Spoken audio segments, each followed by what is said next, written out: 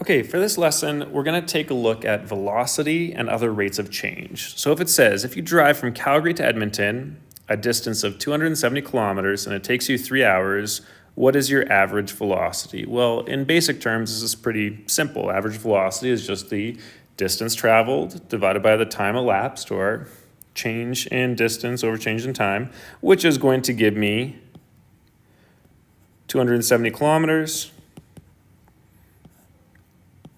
for 3 hours, or 90 kilometers per hour.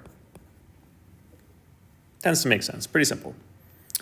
As you drive, your speed is not constant. We can find the average speed of a moving object over a certain interval of time, but how do we find the speed of a moving object at an instantaneous time? So how fast it's going at that exact moment. So let's use this example. It says a ball is dropped from the observation deck of the Calgary Tower, and this is 450 meters above ground. How fast is the balling at 3 seconds? Galileo's law states that the distance an object has fallen, which he represents as s, after t seconds is proportional to the square of the time it has been falling. And this is where we get the s is going to be a function of t seconds, or 4.9 t squared. So 4.9 times the amount of time it's been falling squared. And in this case, this is our displacement.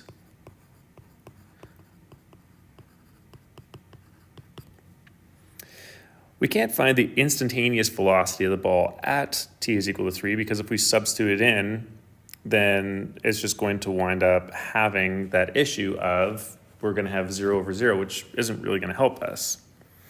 We can approximate the velocity over a small interval that is close to 3 seconds. So what if we said between 3 seconds and 3.1 seconds, how fast is it going? And if we were to do that, we would say that the average velocity is going to equal f of 3.1 minus f of 3 divided by 3.1 minus 3,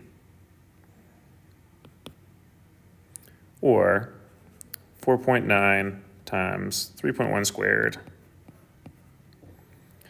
minus 4.9 times 3 squared divided by 3.1 minus 3. The difference between our displacements divided by the difference between our times. And this is going to give us approximately 29.89 meters per second. Now, we could use the same principle and use smaller and smaller intervals using this exact formula, where the second term is always going to be f of 3 and 3. And then the first part, we're just going to get closer and closer. So instead of the 3.1, which we've already done, 29.89, we can change it to 3.05 and get 29.645.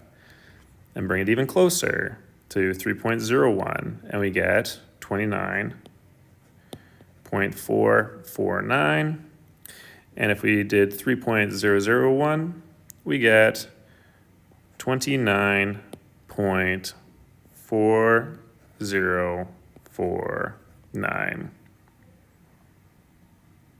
And then we're going to shorten our value all the way up to 3 plus h. Well, we're going to jump ahead to the next page to see what that would look like. So we know from our formula that the velocity average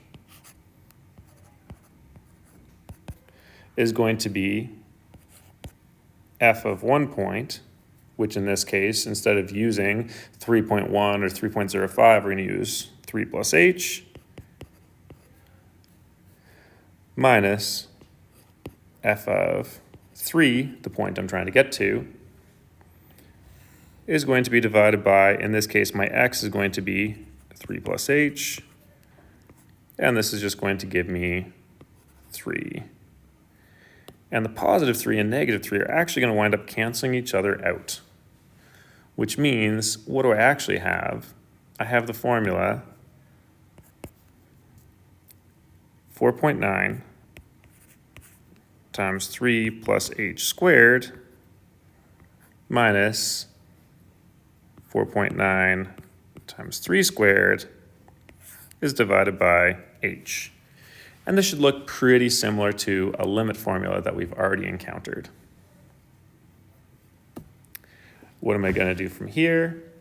I'm going to pull out a common factor of 4.9.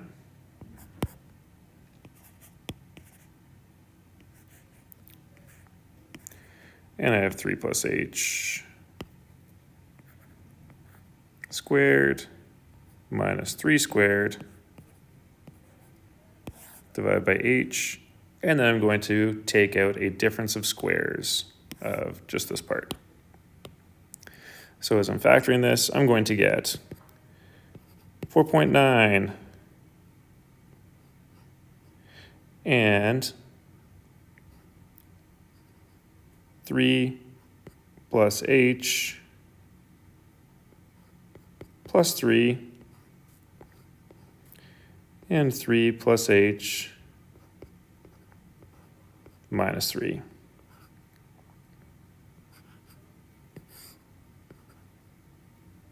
And when I simplify these,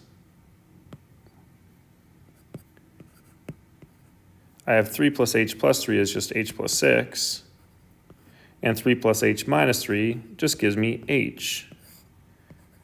And just like when we did it for our limits, we have a common factor of h that can get removed. Which means that we can state that our velocity average is going to either be 4.9 bracket h plus 6, or when we expand it out, we get 4.9h plus 29.4 meters per second. Because the instantaneous velocity is the limiting value as h gets closer and closer to 0, because we want that change of our independent values to get closer and closer to 0, then if I subbed in 0 for this, then I just have 29.4 plus 4.9 times 0, which is still just going to give me 29.4 meters per second. So if we go back to the previous page for a second, we know that this with the 3 plus h is actually going to be 4.9h plus 29.4. And as we can see, this is continuously getting closer to that value of 29.4 meters per second.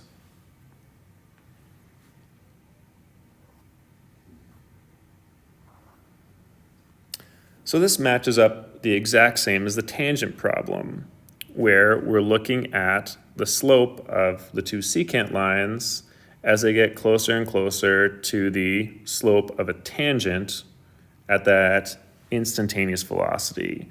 So the secant one is going to be timed velocity,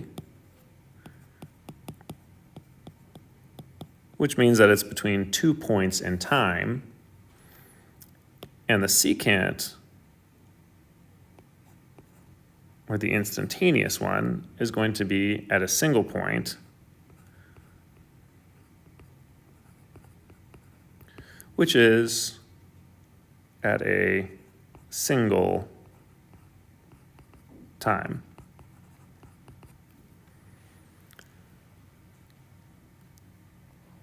So the velocity at a time of a is equal to the slope of the tangent line at P, which means that we can say the velocity at A is equal to the limit as time approaches 0 of the change in displacement divided by the change in time. And then we're just using the same formula that we've had previously. Remember, this is not on your formula sheet. And you need to note that this is not an average velocity.